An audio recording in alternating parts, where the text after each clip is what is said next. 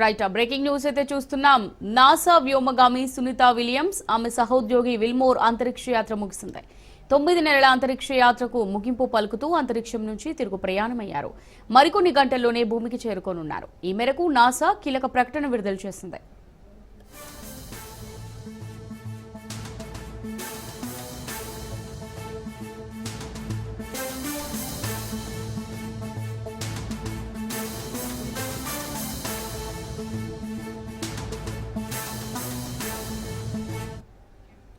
రేపు భూమిపై అడుగుపెట్టనున్నారు Sunitha Williams Wilmore. భారత కాలమానం ప్రకారం రేపు తెల్లవారుజామున 3:27 ల్యాండింగ్ అవుతారు. అయితే ఫ్లోరిడా తీరంలో ఈ క్రూ డ్రాగన్ వ్యోమనౌక దిగనుంది. ఇప్పటికే ISS తో అనుసంధానమైంది space X వ్యోమనౌక.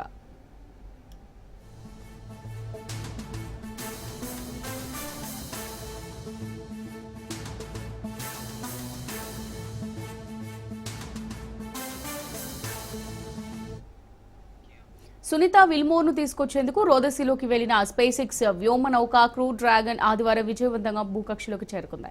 Crude and machine లోకి వెళ్లిన 4 వ్యోమగాములు ఒక్కొక్కరిగా అంతరిక్ష కేంద్రంలోకి ప్రవేశించారు. దీంతో సునీత రాకకు మార్గం సుగమమైంది.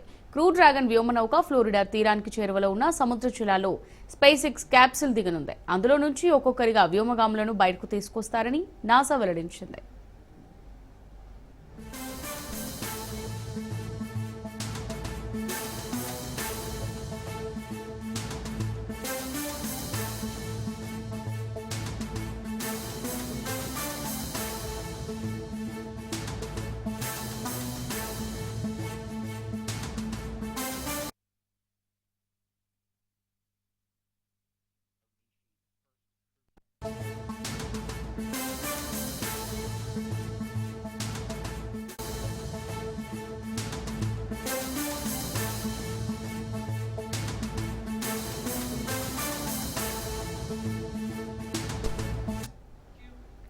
ఏపీ సీఎం చంద్రబాబు నేడు ఢిల్లీకి బయలుదేరనున్నారు. హస్తిన పర్యటనలో భాగంగా ప్రధాని మోదీతో భేటీ కానున్నారు చంద్రబాబు.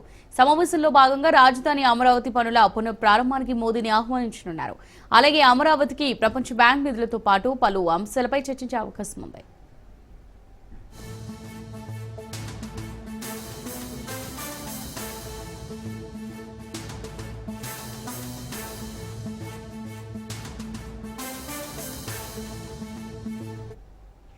ఏపీ సీఎం చంద్రబాబు నేడు ఢిల్లీకి బయలుదేరనున్నారు. హస్తినా పర్యటనలో భాగంగా ప్రధాని మోదీతో భేటీ కానున్నారు చంద్రబాబు. సమావేశంలో భాగంగా రాజధాని అమరావతి పనుల పునఃప్రారంభానికి మోదీని ఆహ్వానించనున్నారు. అలాగే అమరావతికి ప్రపంచ బ్యాంక్ నిధులతో పాటు పలు అంశాలపై చర్చించే అవకాశం ఉంది.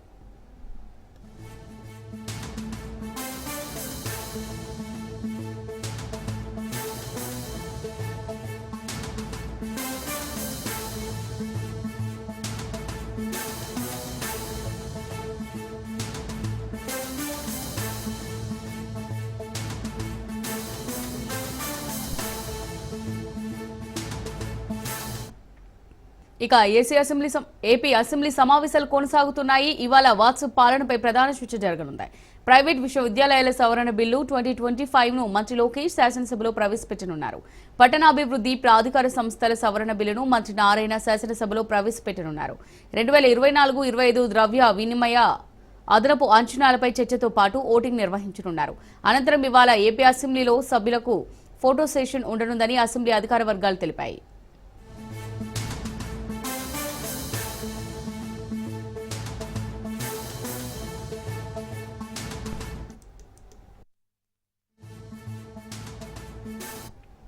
ఏపీ అసెంబ్లీ సమావేశాలు కొనసాగుతున్నాయి. ఇవాళ వాట్సాప్ పాలనపై ప్రధాన చర్చ జరగనుంది. ప్రైవేటు విశ్వవిద్యాలయాల సవరణ బిల్లు 2025 ను మంత్రి లోకేష్ శాసనసభలో ప్రవేశపెట్టనున్నారు. పట్టణాభివృద్ధి ప్రాధికార సంస్థల సవరణ బిల్లును మంత్రి నారాయణ శాసనసభలో ప్రవేశపెట్టనున్నారు. 2024-25 ద్రవ్య వినిమయ అదనపు అంచనాలపై చర్చతో పాటు ఓటింగ్ నిర్వహించనున్నారు. అనంతరం ఇవాళ ఏపీ అసెంబ్లీలో సభ్యులకు ఫోటో సెషన్ ఉండనుందని అసెంబ్లీ అధికార వర్గాలు తెలిపాయి.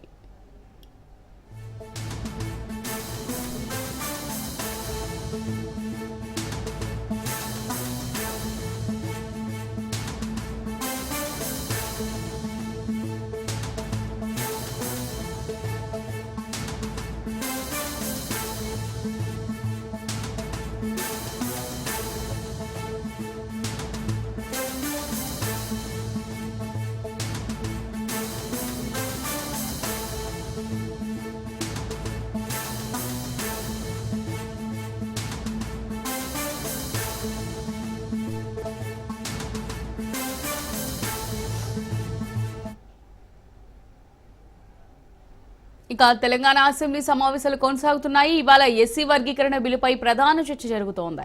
ఎస్సీ వర్గీకరణపై మంత్రి దామోదర ప్రెజెంటేషన్ ఇవ్వనున్నారు. ఎస్సీ వర్గీకరణ అమలుపై సీఎం రేవంత్ ప్రకటన చేయనున్నారు. ఇవాల్టి సభలో ప్రశ్నోత్తరాలు రద్దు చేశారు.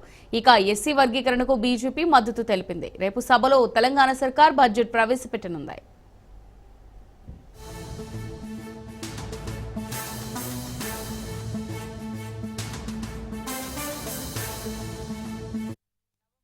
తెలంగాణ అసెంబ్లీ సమావేశాలు కొనసాగుతున్నాయి. ఇవాళ ఎస్సీ వర్గీకరణ బిల్లుపై ప్రధాన చర్చ జరుగుతోంది. ఎస్సీ వర్గీకరణపై మంత్రి దామోదర ప్రెజెంటేషన్ ఇవ్వనున్నారు. ఎస్సీ వర్గీకరణ అమలుపై సీఎం రేవంత్ ప్రకటన చేయనున్నారు. ఇవాల్టి సభలో ప్రశ్నోత్తరాలు రద్దు చేశారు. ఇక ఎస్సీ వర్గీకరణకు బీజేపీ మద్దతు తెలిపింది. రేపు సభలో తెలంగాణ సర్కార్ బడ్జెట్ ప్రవేశపెట్టనుంది.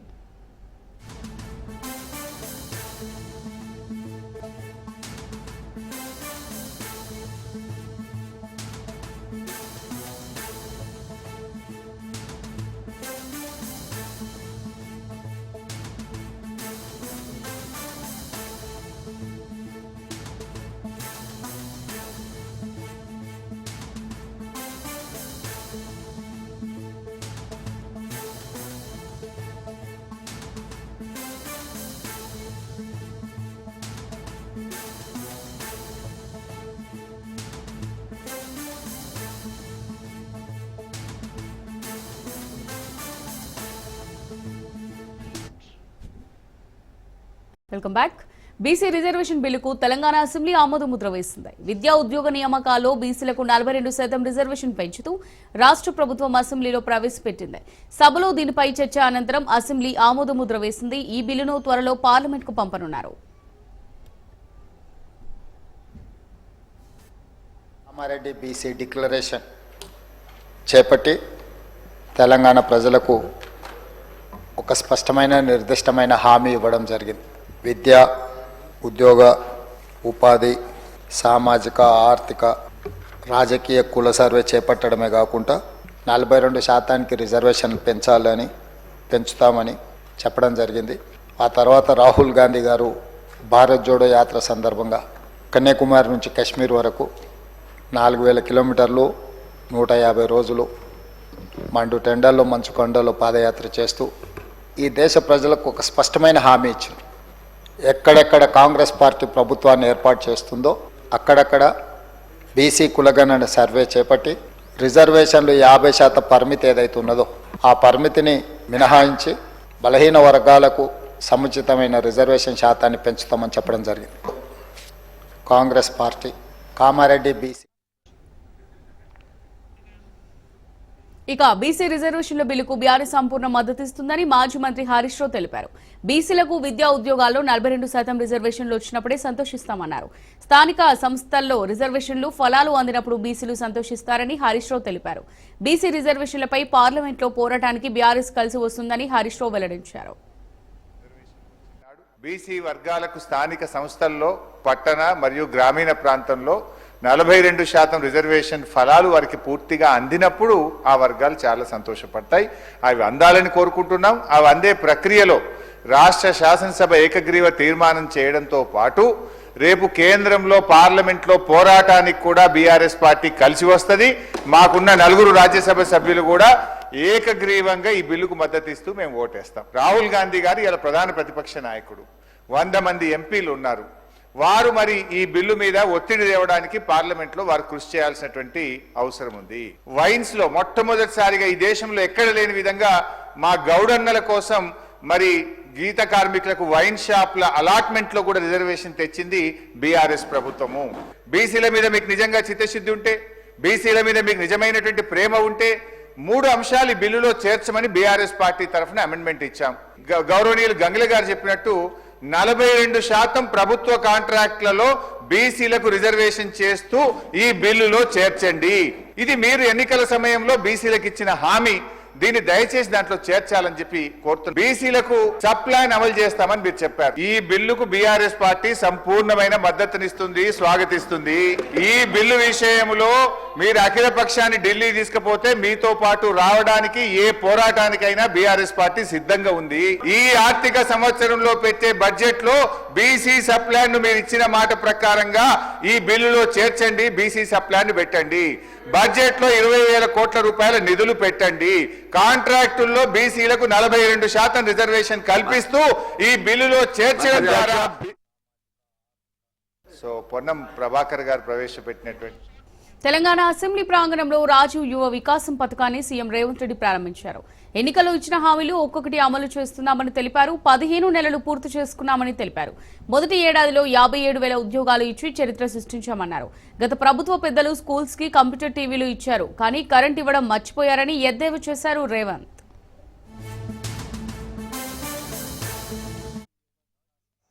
6,000 కోట్లతో 5 లక్షల నిరుద్యోగ యువతీ యువకులకు ఉపాధి అవకాశాలు కల్పించాలని రాష్ట్ర ప్రభుత్వం ఆలోచన చేసి, అందుకే ఈరోజు 5 లక్షల మందిని మన చుట్టూతో ఉండి చదువుకున్న వాళ్ళు ఉండి చైతన్యం ఉండి అర్హత ఉన్న వాళ్లకు 50,000 నుంచి 4 లక్షల వరకు స్వయం ఉపాధి పథకం కింద నిధులు మంజూరు చేయించడానికి, అర్హత కలిగిన వాళ్ళకు మంజూరు చేయించడానికి ఈరోజు 6,000 కోట్ల రూపాయలు మీ చేతుల్లో రాబోయే 2 నెలల్లో పెడుతున్నాము.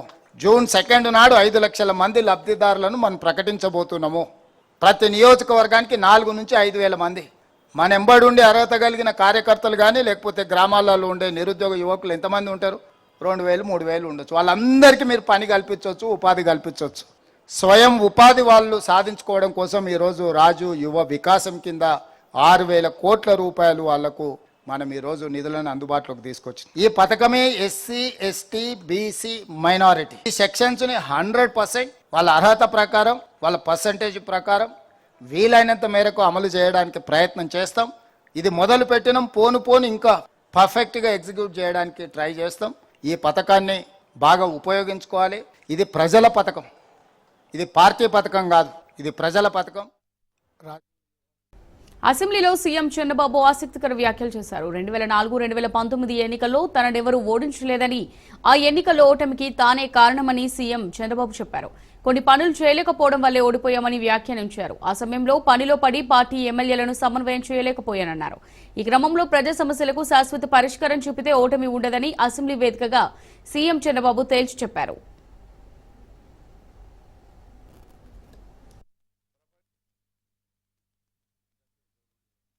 ఈరోజు ప్రపంచంలో ఏ దేశానికి వెళ్ళినా మీకు ఎవ్వరికి అనుమానం అవసరం లేదు, కావాలని టెస్ట్ చేయండి. ఒక పాష్ లొకాలిటీకి వెళ్ళండి, గట్టిగా తెలుగులో అరవండి, మొత్తం అక్కడ తెలుగు వాళ్ళు వచ్చి అక్కడ ఒక మీటింగ్ ప్లేస్ కాకపోతే చూడండి. హైయెస్ట్ పర్ క్యాపిటా ఇన్కమ్ ప్రపంచంలో ఏ దేశానికి పోయినా భారతీయులది, అందులో 33% తెలుగు వారిది. అది తెలుగు వారి యొక్క సత్తా అని చెప్పి మరొకసారి తెలియజేస్తాను. శ్రీనివాస్ గారికి చాలా డౌట్లు ఉన్నాయి. ఒక్కోసారి ఓడిపోతున్నాం అంటే కారణం కూడా మనమే, నేనే. నన్ను ఎవ్వరూ ఓడించలా. 2004, 2019 నాకు కూడా అబ్సెషన్. అందుకే నేను చెప్తున్నా, సూపర్ 6 చెప్పాం. మేలో తల్లికి వందనం, అందరికి ఎంతమని చెప్పాం, అంతమందికి ఇస్తాం. రైతు కోసం అన్నదాత కింద 3 ఇన్స్టాల్మెంట్లో వాళ్ళకు డబ్బులు ఇస్తాం. అదే మరి మత్స్యకారులు కూడా జీవన వృత్తి, వాళ్ళకి పాపం ఆ సమయంలో వేటకు పోవడానికి వీలు లేదు, హాలిడే ఇస్తారు, వాళ్ళకు కూడా ఇవ్వాల్సిన 20,000 రూపాయల చొప్పులు ఇస్తాం. ఒక పక్క ఇబ్బందులున్నాయి, గుక్క దిప్పుకోలేని సమస్యలున్నాయి. కానీ ఆ రోజు మనం ఏది చెప్పామో అవి చేస్తూనే 2047కి భారతదేశంలో నెంబర్ 1 రాష్ట్రం ఏదంటే దానికి చిరునామాగా ఆంధ్రప్రదేశ్ ఉండాలి. ప్రధానమంత్రి గారు వికసిత భారత్ పనిచేస్తున్నారు. మనం స్వర్ణాంధ్రప్రదేశ్ కోసం పనిచేద్దాం. మనం అవునన్నా కాదన్నా ప్రపంచం మొత్తం తెలుగు జాతి అగ్రజాతిగా తయారవుతున్న దిశ, దాని గురించి సందేహమే లేదు నాకు. నెంబర్ 1 కమ్యూనిటీ ఒకప్పుడు జూయిష్, రాబోయే 2047కి తెలుగు జాతి నెంబర్ 1 కమ్యూనిటీగా. జగన్ జమానాపై మంత్రి అచ్చెన్నాయుడు కీలక వ్యాఖ్యలు చేశారు. ఉద్దానంలో కిడ్నీ రీసెర్చ్ సెంటర్ నిర్మించిన తీరుపై విమర్శలు గుప్పించారు. గత ప్రభుత్వం భవనం మాత్రమే కట్టిందని, అక్కడ మిషనరీ లేదు, సిబ్బంది లేరనే విషయాన్ని గుర్తు చేశారు. ఒక పాత డయాలసిస్ మిషన్ పెట్టి కిడ్నీ రీసెర్చ్ సెంటర్ ప్రారంభించారని ఎద్దేవా చేశారు. అప్పటి ముఖ్యమంత్రి దాన్ని అట్టహాసంగా ప్రారంభించి ఎవరూ చేయని పని స్వాతంత్ర భారతదేశంలో నేనే చేశానని చెప్పి చాలా పెద్ద పెద్ద ప్రసంగాలు చేశారు అధ్యక్ష. అప్పుడు మేము అక్కడికి వెళ్ళడానికి మాకు అవకాశం లేదు. మొన్న మేము అధికారంలోకి వచ్చిన తర్వాత గౌరవ శాసనసభ్యురాలు గౌతు శిరీష, కేంద్ర మంత్రి రామ్మోహన్ నాయుడు, నేను వెళ్ళాము. భవనం తప్ప అదే ప్రాంతంలో ఒక పిహెచ్సిలో ఉన్నటువంటి పాత డయాలసిస్ మిషన్ తెచ్చి ఓపెన్ చేసి ముఖ్యమంత్రి. తెలంగాణలో ఎండలు మండుతున్నాయి. మార్చి 2వ వారంలోనే రికార్డు స్థాయిలో ఉష్ణోగ్రతలు నమోదయ్యాయి. ఉత్తర తెలంగాణ జిల్లాలో వడగాలులు వీచే అవకాశం ఉంది. ఏపీలో 128 మండలాల్లో వడగాలులు వీచే అవకాశం ఉందని వాతావరణ శాఖ తెలిపింది. ఏపీలోని 29 మండలాల్లో తీవ్ర వడగాలులు, మరో 99 మండలాల్లో మోస్తారు వడగాలులు వీచే అవకాశం ఉన్నట్టు ఐఎండీ హెచ్చరించింది.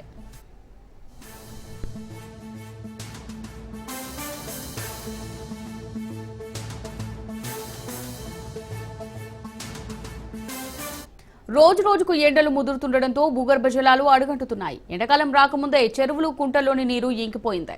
ఇది యాసంగి పంటలపై తీవ్ర ప్రభావం చూపుతోంది. నీటి తడులు అందక వరి పొలాలు బీటలు వారుతున్నాయి. మార్చి మొదట్లోనే ఎండల తీవ్రత పెరిగి బోర్లలో నీటి మట్టాలు తగ్గిపోతుండటంతో రైతులు ఆందోళన చెందుతున్నారు. ఈ సంవత్సరం వర్షాలు పడి చెరువులు నిండాయి. అయితే భూగర్భ జలాలు సైతం పెరగటంతో రైతులు యాసంగి పంటలు ఎక్కువగా సాగు చేశారు. కానీ రైతుల ఆశలు అడియాసలయ్యాయి. వేసవి మొదట్లోనే చెరువులు పూర్తిగా ఎండిపోవటంతో భూగర్భ జలాలు తగ్గటంతో బోర్లు పోయాక పంటలు ఎండిపోతున్నాయి. గతంలో నీళ్లు ఎక్కువగా పోసిన బోర్లు సైతం నీళ్లు పోయకపోవటంతో వేసిన కొద్దిపాటి పంటలు ఎండిపోతున్నాయి. దీంతో రైతులు ఆందోళన చెందుతున్నారు. ఇప్పటికే ఎండిపోయిన పంటల్లో పశువులను వదులుతున్నారు. ప్రాజెక్టుల ద్వారా చెరువులను నింపితే కనీసం ఉన్న పంటలను రక్షించుకోవచ్చని రైతులు ఆవేదన వ్యక్తం చేస్తున్నారు. సిద్దిపేట జిల్లా కొమురవెల్లి మండలం తపస్సుపల్లి రిజర్వాయర్ అడుగంటిపోయింది. రిజర్వాయర్ అడుగంటటంతో నీరు లేక పంటలు ఎండిపోతున్నాయి. దీంతో రైతులు లబోదిబోమంటున్నారు. ప్రాజెక్టుల్లోని నీళ్ల ద్వారా చెరువులు నింపి పంట పొలాలకు నీళ్లివ్వాలని రైతులు వేడుకుంటున్నారు. తపాస్పల్లి గ్రామంలో మల్లన్న సాగర్ నుండి వచ్చే కెనాల్ ద్వారా నీళ్లు ఇస్తే తమ పంటలు రక్షించుకోవచ్చని ప్రభుత్వానికి విజ్ఞప్తి చేస్తున్నారు. మరోవైపు రిజర్వాయర్ నీటి మళ్లింపుపై రైతులు తీవ్రంగా మండిపడుతున్నారు. రిజర్వాయర్లోకి నీరు పంపించారు. కొమురవెల్లి, చేర్యాల, మద్దూరు, దూల్మిట్ట, బచ్చన్నపేట, కొండపాక మండలాల్లోని చెరువులు నింపి పంట పొలాలకు నీళ్లివ్వాలి. కానీ రిజర్వాయర్ నింపగానే తపస్సుపల్లి రిజర్వాయర్ యొక్క కుడికాలు ద్వారా ఆలేరు నియోజకవర్గానికి నీళ్లు వదులుతున్నారు. అక్కడ ఎమ్మెల్యే బీర్ల ఐలయ్య ప్రోద్బలంతో అధికారులు కుడికాలువ ద్వారా నీళ్లు తీసుకెళ్తున్నారని సిద్దిపేట జిల్లా చేర్యాల ప్రాంత రైతులు ఆగ్రహం వ్యక్తం చేస్తున్నారు. కాలం లేదు, పంటలు లేవు, ఉన్న చేనులు ఎండిపోయినాయి. గోదల సుత 4 బర్రెల సుత నీళ్లు పెడదాని సుత లేవు. అంత బాధ వచ్చింది. అవి సుత అమ్ముకునే కాలం వచ్చింది. ఏది చేసినా మాకైతే ఓ చెరువు లేదు, కుంట లేదు, ఏది లేదు. ఈ మరణసాగర్ నుంచి కాలువ చేస్తే అంటే గన్ననన్న మోటార్లో ఏదైనా వేసుకుంటే కొంత ఊరుకు కొంచెం బతికేరు అవుతుంది. ఎక్కడైనా కుంట లేదు, ఓ చెరువు లేదు, దీనికి ఏది లేదు.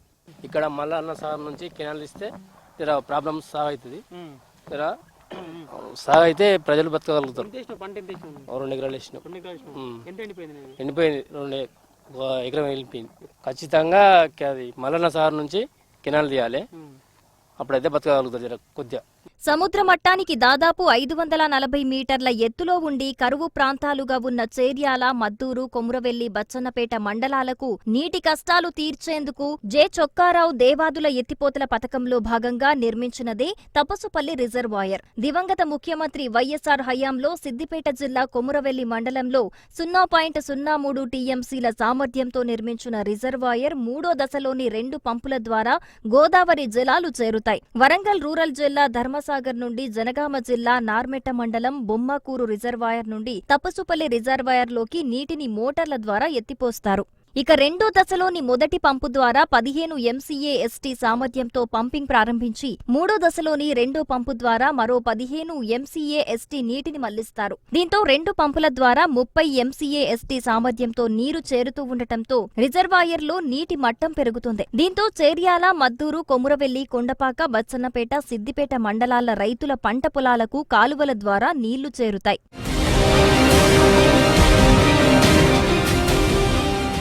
కాగా దాదాపు 1,00,000 ఎకరాలకు సాగునీరందించే లక్ష్యంతో ఈ రిజర్వాయర్ నిర్మించారు. 0.30 టీఎంసీల సామర్థ్యం కలిగిన తపాస్పల్లి రిజర్వాయర్ కాలువ పొడవు 30 కిలోమీటర్లుండి కుడి కాలువ ద్వారా 48,000 ఎకరాలకు, ఎడమ కాలువ ద్వారా 34,500 ఎకరాలకు, అలాగే అదనపు ఆయకట్టు లెఫ్ట్ మ్యాన్ కెనాల్ ఎడమ కాలువ యొక్క D4 ద్వారా 15,542 ఎకరాలకు సాగునీరు అందుతుంది. అలాగే జిల్లాలోని కొండపాక మండలంలో 16 గ్రామాలకు 12,684 ఎకరాలకు, అలాగే సిద్దిపేట మండలంలోని 4 గ్రామాలకు 2,858 ఎకరాలకు సాగునీరు అందుతుంది. ఏటా సుమారు 1.2 టీఎంసీల నీళ్లను ఎత్తిపోస్తూ కొమురవెల్లి మండలంలోని 11 చెరువులు, చేర్యాలలోని 14 చెరువులు, బచ్చన్నపేట 20, మద్దూరు 5, కొండపాక 16, సిద్దిపేట 4 గ్రామాల చెరువులకు నీటిని కాలువల ద్వారా వదులుతున్నారు. గత కొన్ని నెలల క్రితం ప్రభుత్వ విప్ ఆలేరు ఎమ్మెల్యే బీర్ల ఐలయ్య రిజర్వాయర్ను సందర్శించి కుడి కాలువ ద్వారా నీటిని ఆలేరు నియోజకవర్గంలోని చెరువులకు నీళ్లు మళ్లించారు. కానీ గతంలో జనగామ నియోజకవర్గ పరిధిలోని 5 మండలాలు, సిద్దిపేట, కొండపాక మండలాలకు నీళ్లు విడుదల అనంతరం పక్క మండలాలకు నీళ్లు మళ్లించేవారు. కానీ మారిన రాజకీయ పరిణామాలతో పక్క మండలాల చెరువులు, కుంటలు నింపుకున్న తర్వాతే జనగామ నియోజకవర్గ పరిధిలోని మండలాలకు నీటిని విడుదల చేస్తున్నారు. గత కొన్ని రోజుల క్రితం రిజర్వాయర్లోకి నీటిని పంపింగ్ ప్రారంభించగానే ఆలేరు ప్రాంతానికి కుడి కాలువ ద్వారా నీటిని విడుదల చేశారు. అలాగే కొండపాక మండలంలోని నాయకులు D4 కెనాల్ నుండి నీటిని మళ్లించే విషయంలో నూతన గేట్ వాల్వును అమర్చి జనగామ నియోజకవర్గ పరిధిలోని మండలాలకు నీళ్లు విడుదల కాకుండా ఇనుపరేకును అడ్డుగా పెట్టి D4 కెనాల్ ద్వారా నీటిని విడుదల చేసుకున్నారు. ఈ 4 మండలాలకు కాకుండా పక్క మండలాలకు నీళ్లను విడుదల చేయొద్దని ఎమ్మెల్యే పల్లా రాజేశ్వరరెడ్డి నీటిపారుదల శాఖ అధికారులకు ఆదేశాలు జారీ చేసినా పట్టించుకున్న పాపాన పోలేదు. జనగామ నియోజకవర్గ పరిధిలోని చేర్యాల, కొమురవెల్లి, మద్దూరు, దూల్మిట్ట మండలాల చెరువులు, కుంటలు నీరందకపోవటంతో భూగర్భ జలాలు పడిపోయి కాలువల ద్వారా నీరందకపోవటంతో పంటలు ఎండిపోతున్నాయి. తపస్పల్లి రిజర్వాయర్ పోయిన సంవత్సరంలో ఫుల్ నీళ్లు ఉండేవి. ఈ సంవత్సరము నీళ్లు అసలుకి ఇవ్వడం లేదు, ఏం లేదు. రైతులు చాలా ఇబ్బందికరమైన అవగాహన ఉన్నది. బీల్రా యాదే ఐలే ఎమ్మెల్యే ఆలేరు తీసుకుపోవడం జరుగుతుంది నీళ్లు మొత్తము. ఇక్కడ కొమరవెల్లి మండలం, చేర్యాల, కొండపాకకు ఇక్కడ నీళ్లు వస్తలు. ఇక్కడ గేట్లన్నీ బంద్ చేసిండు. అక్కడనే ఆయనే ఎమ్మెల్యే అక్కడి వరకే అక్కడ రైతులకే చూసుకుంటుండు. మాకన్నా ఇప్పుడైనా జర కొద్దిగా ప్రభుత్వం పట్టించుకొని ఈ తపస్పాలికి కొన్ని నీళ్లు ఇప్పటికైనా రింపితే వాటర్ మాకు గ్రౌండ్ వాటర్ అక్కడ పెరుగుతుంది. పోసే బోర్లు సుతా పుల్లు వస్తాయి, పంటలు సుతా ఇప్పుడు వండే అవకాశం సుతా ఉన్నది. యాసంగి పంటలు పండిస్తున్న రైతులు తీవ్రంగా నష్టపోతున్నారు. నష్టాలు కష్టాలకు ఓర్చి పంటలు వేస్తే పెట్టిన పెట్టుబడి కూడా రావటం లేదని ఆవేదన వ్యక్తం చేస్తున్నారు. సమీపంలో తపాస్పల్లి రిజర్వాయర్ ఉన్నా భూగర్భ జలాలు ఎండిపోతున్నాయని వాపోతున్నారు. మల్లనసాగర్ నుంచి నీటిని విడుదల చేస్తే తమకు మేలు జరుగుతుందని రైతులంటున్నారు. కనీసం జంతువులకు నీళ్లు పెట్టే పరిస్థితి కూడా లేకుండా పోయిందని ఆవేదన వ్యక్తం చేస్తున్నారు. ఈ యొక్క తపాస్పల్లి గ్రామంలో ఉన్నటువంటి రిజర్వాయర్ పూర్తిగా ఈ కాలానికి ఎండిపోవడం జరిగింది. అదేవిధంగా రైతులు ఈ రిజర్వాయర్ నమ్ముకొని తాను రెగ్యులర్గా ఏ విధంగా అయితే పంటలు వేసుకున్నారో అదేవిధంగా గత ప్రభుత్వం కూడా ఇచ్చినట్టు ఈ ప్రభుత్వం కూడా ఇస్తుందేమో అనుకొని ఆశతోటి వాళ్ళ జీవితాలు ఏమైనా మారుతాయని చెప్పేసి వాళ్ళు రైతులు వ్యవసాయం సాగు చేసుకొని ఇప్పుడు వరి పంట వేశారు. అది పూర్తిగా ఇప్పుడు ఒక 50% ఎండిపోయింది. ఈ ప్రాజెక్టును ఈ త్వరితగతిన ఈ యొక్క లింకు కాలువకు దీన్ని అటాచ్ చేసి నింపి ఈ యొక్క రైతులను ఈ యొక్క పంటకు అందించవలసిందిగా నేను ఈ ప్రభుత్వాన్ని డిమాండ్ చేశాను.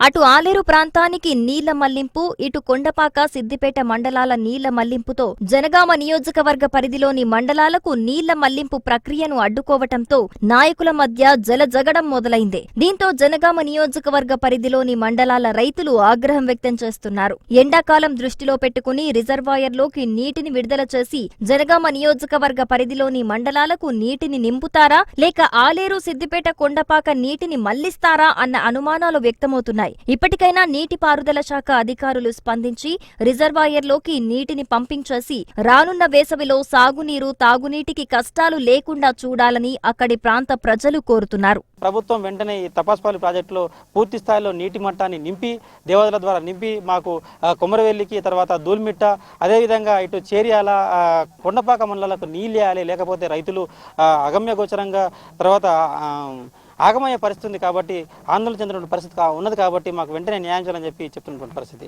ఇది ఇక్కడ పరిస్థితి. కెమెరా పర్సన్ ప్రవీణ్తో రాజు, రాజ్ న్యూస్, సిద్దిపేట నుంచి.